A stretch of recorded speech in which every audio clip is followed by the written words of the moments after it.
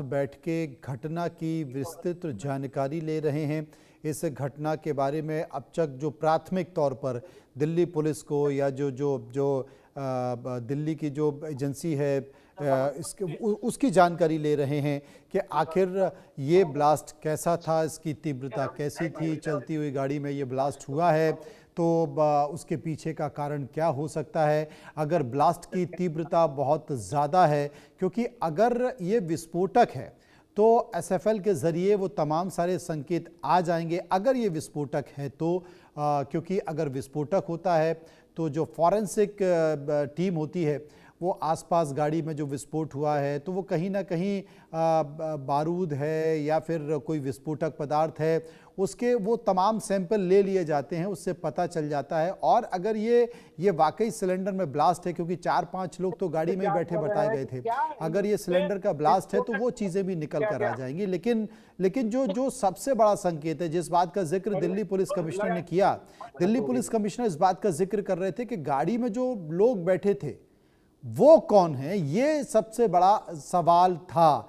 और इसकी क्या शिनाख्त हो चुकी है, क्या इसकी पुष्टि हो चुकी है कि गाड़ी में बैठे लोग कौन हैं, मृतकों की क्या पुष्टि हो चुकी है, क्योंकि अब तक 12 लोगों की जान जा चुकी है, मौत हो चुकी है। भावना जी देखिए, ये बात बिल्कुल सही है। अभी इस पूरे मामले में जो है लगभग 12 लोगों की जान जा चुकी है और कई लोग 23 से 24 लोग जो हैं फिलहाल घायल बताए जा रहे हैं। गाड़ी में कौन कौन मौजूद था ये अभी स्पष्ट नहीं हो पाया है, उनकी डिटेल्स अभी साझा नहीं की गई है, लेकिन ये जरूर बताया जा रहा है कि जिस समय उस गाड़ी में ब्लास्ट हुआ था लगभग 5 लोग जो हैं उस गाड़ी में मौजूद थे। फिलहाल गृह मंत्री अमित शाह खुद एलएनजेपी हॉस्पिटल में मौजूद हैं, लगातार डॉक्टरों से बात कर रहे हैं, घायलों की स्थिति जानने की कोशिश कर रहे हैं। वहीं दिल्ली पुलिस कमिश्नर भी जो है अमित शाह, गृह मंत्री अमित शाह के साथ मौजूद हैं और स्थिति जो दिल्ली में बनी हुई है फिलहाल उसकी जानकारी भी वो उनको साझा कर रहे हैं। ये कहा जा सकता है कि दिल्ली के इस समय अगर लाल किले की तस्वीरों की बात की जाए तो लाल किले की तस्वीरें बहुत ही भयावह है, बहुत ही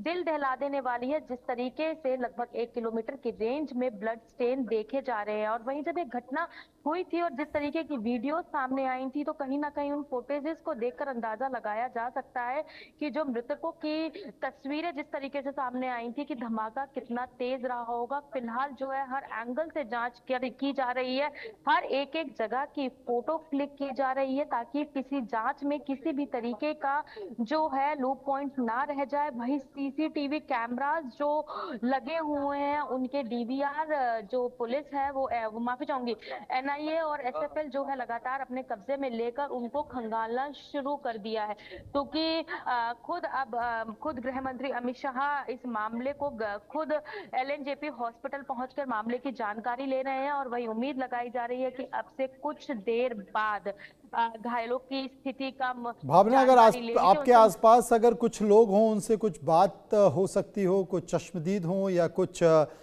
तमाम जांच में जुटे लोग हों, क्या उनसे बातचीत हो सकती है? जी देखिए, मैं आपको बता दूं कि जो लोग जांच में जुटे हुए हैं या दिल्ली पुलिस के जो लोग यहाँ पे तैनात हैं फिलहाल वो किसी भी तरीके से कुछ भी बोलने को तैयार नहीं है। केवल इतनी ही जानकारी दी गई थी कि मामले की जांच की जा रही है और आप देख सकते हैं किस तरीके से जो है एक बैरिकेडिंग कर दी गई है, एक रास्ता लगा दिया गया है। क्योंकि इस रास्ते के पार अगर देखा जाए, चाहे इस बस की बात की जाए या फिर साइड में खड़ी हुई वैगनार गाड़ी की बात की जाए या उससे आगे जो क्षतिग्रस्त जो बहुत ही ज्यादा क्षतिग्रस्त गाड़ियां हैं उनकी बात की जाए तो वो सभी एक एरिया में करके लगातार टीमें जांच कर रही हैं और जहां पर ब्लड स्टेन्स हैं, जहां पर गाड़ियों के शीशे टूटे हैं वहां से भी लगातार सैंपल्स कलेक्ट किए जा रहे हैं ताकि मामले की हर बारीकी से जांच हो सके। क्योंकि एनआईए और एसएफएल जो है इस पूरे मामले की जांच कर रही है, वहीं दिल्ली पुलिस जो है वो पूरी तरीके से मुस्तैद की गई है। ये कहा जा सकता है कि लाल किला का एरिया एक तरीके से छावनी में तब्दील कर दिया गया है। जब ये घटना हुई थी तो कहीं ना कहीं घटना को देखने वाले लोगों की संख्या यहाँ पे, यानी कि ये कहा जा सकता है कि जो चश्मदीद थे उस समय तो आसपास में मौजूद थे, लेकिन फिलहाल ये पूरा एरिया जो है खाली करा दिया गया है। भारी संख्या में पुलिस बल यहाँ पे तैनात करा दी गई है और चप्पे चप्पे पर नजर रखी जा रही है। और वहीं अगर बात की जाए तो दिल्ली को हाई अलर्ट कर दिया गया है पूरी तरीके से। दिल्ली में तमाम और जगहों पर भी बैरिकेडिंग कर दी गई है और चेकिंग पूरा सिलसिला जो है शुरू हो गया है। मौके जी, की आप बात हमारे की जाए साथ तो बने रहें। भावना, आप हमारे साथ बने रहें। आपको बता दें कि आज ही डॉक्टर आदिल अहमद और मुजम्मिल शकील को गिरफ्तार किया गया है। और आज ही जो सबसे बड़ी चीज़ है कि जम्मू कश्मीर पुलिस ने सोमवार को बताया था कि कुछ आतंकी गिरफ्तार किए गए। उनके कब्जे से करीब 2900 किलो आईईडी बनाने की सामग्री गिरफ्तार की गई है। ये मॉड्यूल जैश ए मोहम्मद और असर गजबात उल हिंद जैसे प्रतिबंधित संगठनों से जुड़ा हुआ था। 7 नवंबर को भी इसी तरह की जानकारी आई थी कि कुछ लोगों को गिरफ्तार किया गया है। जम्मू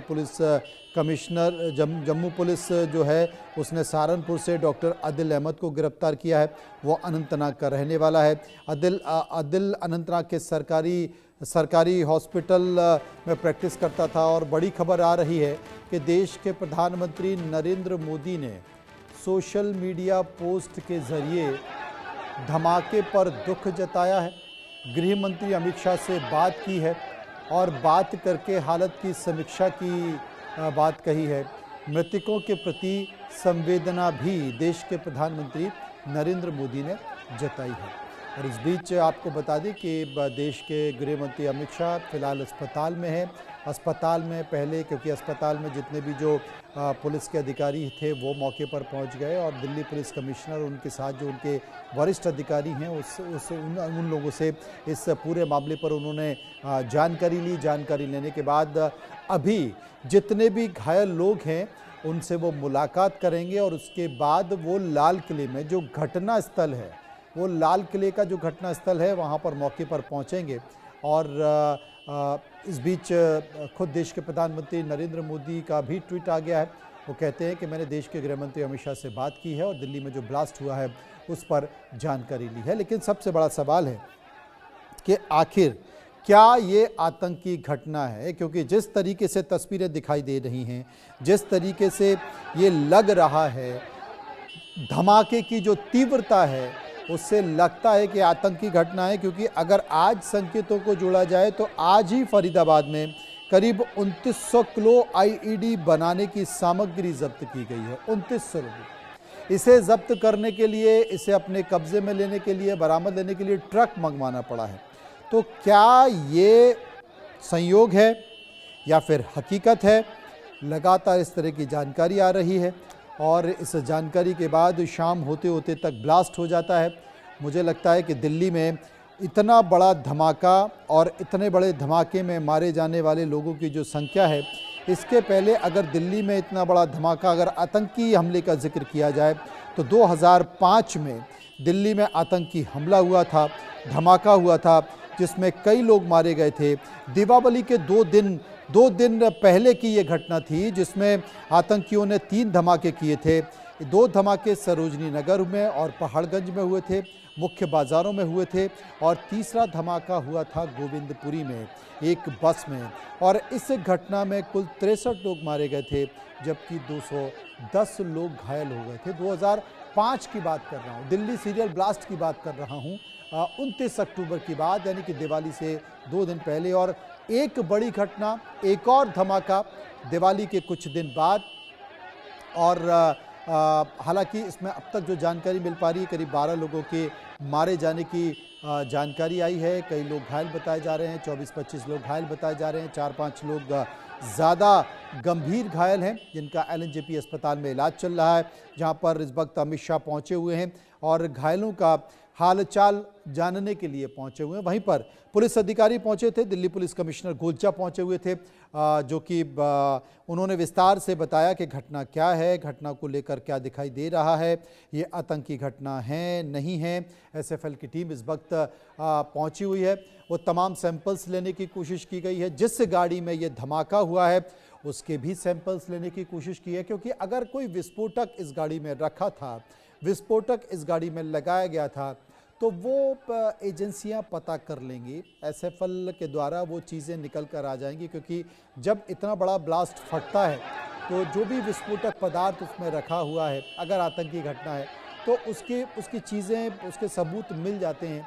लेकिन अगर ये सिलेंडर में हुआ है, जैसा कि बताया जा रहा है कि चलती हुई गाड़ी में जो सीएनजी का सिलेंडर है वो फटा है, गाड़ी में मौजूद जो 5 लोग थे वो मारे गए, तो क्या